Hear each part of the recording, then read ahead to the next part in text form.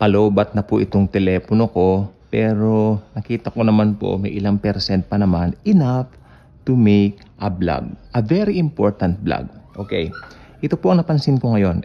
You know what? Kung magiging honest po kayo, napapadaan kayo sa walls ng ibang mga friends nyo sa FB na ganito nakalagay. Pag may mga namamatay silang kamag-anak, tapos nagdidiwa ng kaarawan, no? Happy birthday in heaven. Wow. I mean, nung una parang okay. Pero nung lagi ko na itong nakikita, dahil, you know what? Paano ko po ba ito sasabihin na hindi ninyo ako mapagkakamalan judgmental? Ayoko ng judgmental. May baterya pa ba to? Okay, kaya pa. Hindi po ako judgmental. Pero, naging common na lang po kasi. At yung ibang tao po dito, ito po yung gusto ko sabihin kanina. Kasi baka mapagkamalan akong judgmental. Hindi po. Meron po ako may pinagpapahayagan dati ng Ebanghelyo ng Panginoong Jesucristo na walang interest sa Ebanghelyo. And then 2 months ago, he passed away. Manginginom, malaki ang tiyan, namatay. Actually, balitado siya na, kaya namatay siya dahil doon. Palamura and all that. Pero yan, mga bunga lang yan. Mga bunga lang yon ng kanyang hindi pagtanggap kay Jesus. I'm not judging that person. In fact, mahal namin ito. Ilang beses namin tinatry to share the good news of the Lord Jesus Christ. Talagang wala raw siyang panahon sa ganyan. Pagkakakitaan nga raw ba yung mga ganyan?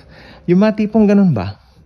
And then namatay po siya. And then itong misis niya, syempre sa pagiging pangungulila and all that, Happy birthday in heaven, my love. Doon na ako parang sandali. I really need to make a vlog regarding this. Yung nasa picture pong yan, ayan po ang pinaka-perfect picture. Actually, maski hindi na po ako magsalita, tignan nyo lang po yung picture na yan. You get the big picture. I mean, the real meaning of that picture. Kasi, tignan po ninyo, happy birthday in heaven. Common na lang ba yan? Common na lang po ba yan? Ganun na lang po ba yan? Parang, pag ganyan kasi ng ganyan, parang winawalang kabuluhan nila yung importance ng pagtanggap kay Lord Jesus as Lord and Savior. Ito ang gusto ko pong sabihin. Ito pong vlog na ito, ginawa, nandito para sabihin ng katotohanan. Ang isang taong wala kay Jesucristo, popular man yan, bata man yan, or should I say teenager man yan, nasikat and all that, pag wala yan kay Jesucristo, may mga legacy man siyang naiwan dito, pupunta siya ng impyerno. Yes, maaring ipagpagawa siya ng mausoleo, maaring ipagpagawa siya ng magandang libingan, may mga lobo ang libing niya na puti na nagliliparan, naka-attend po ko ng ganyang libing. Tapos, kabi-kabila ang pa-interview ng mga mahal sa buhay, di ba? Na yung mga legacy niya, yung mga nagawa niya, you know what? Ito po ay kanilang binabanggit ng paulit-ulit, at especially pag dumarating yung tinatawag na anibersaryo ng kamatayan o death anniversary. Pero kung talagang hindi niya tinanggap si Jesus, nasa impyerno po yung pinagdidiwang nila. Yung life na sineselebrate nila, nasa impyerno. Okay, this vlog ako, totoo lang po tayo. Ano po ba dapat nakalagay? Happy birthday in heaven or happy birthday in hell? Kayo na po ang bahalang humusga. Ito po ay hindi po panghusga. Ito po ay para makita natin yung importansya ng pagtanggap sa Panginoong Hesukristo bilang Lord and Savior.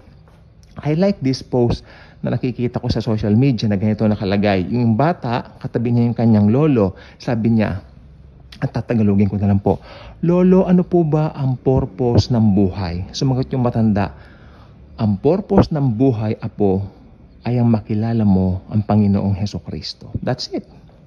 Perfect. The purpose of life is to know the Lord Jesus Christ. And I love that. Ang problema dito sa mga happy birthday in heaven, kabila na yung mga post, no? Nasa heaven ka na gano'n. Oh, told you na nasa heaven siya kung hindi siya tumanggap sa Panginoon. Diba? Kung alam mong obviously. Pero yung mga kapatid natin sa Panginoon na alam natin, kasama natin, na tumanggap kay Jesus, of course, nasa heaven sila. Ito nga lang po yung mga buhay na hindi sineselebrate kasi karamihan po ng Kristiyano, karamihan po ay hindi naman po mga famous, di ba? Karamihan naman sa atin ay medyo ang buhay ay swak-swak lang dito. Pero okay lang po yon. Kung sa Panginoong Jesucristo naman po, bida tayo. Doon na lang po tayo. Di ba? Pero itong mga, wow, wag tayong papadala sa mundo. No? Ang mundo ganyan. Happy birthday in heaven.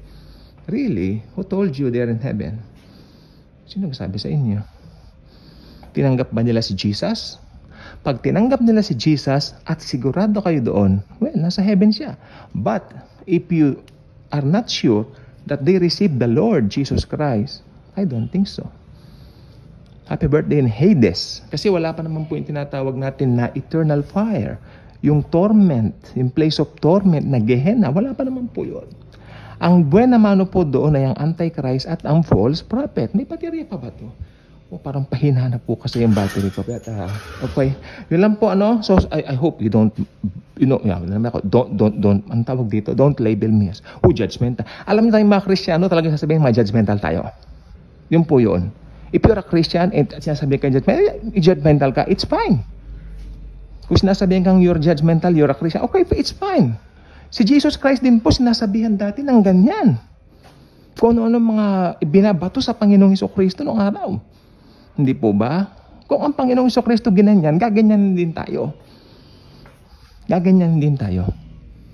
Pero importante, i-share natin yung truth. That without Jesus, walang langit na mapupuntahan ng tao.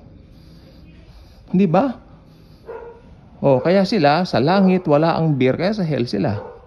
Ganun yan eh. Ganun yan. Maingay po yung aso sa kapitbahay. Ako hindi ko alam kung bakit. Okay. Naglilinis pala yung kapitbahay namin. Kaya sabi ko po sa inyo, sa langit walang beer.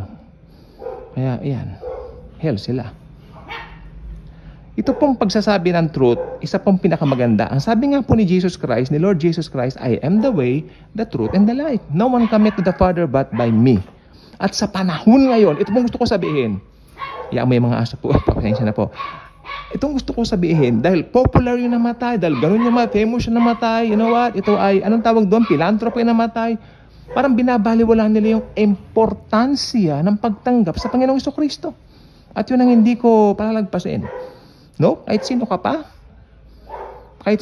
kung hindi mo tinanggap ang Panginoong Hesukristo, pupunta ka ng impyerno. Kaya kung hindi ka pa nakasubscribe sa ating channel, I invite you to do so.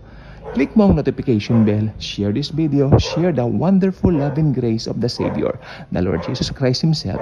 Tandaan po natin, Jesus alone saves. Jesus alone is the way. Jesus Christ is the way, the truth, and the life.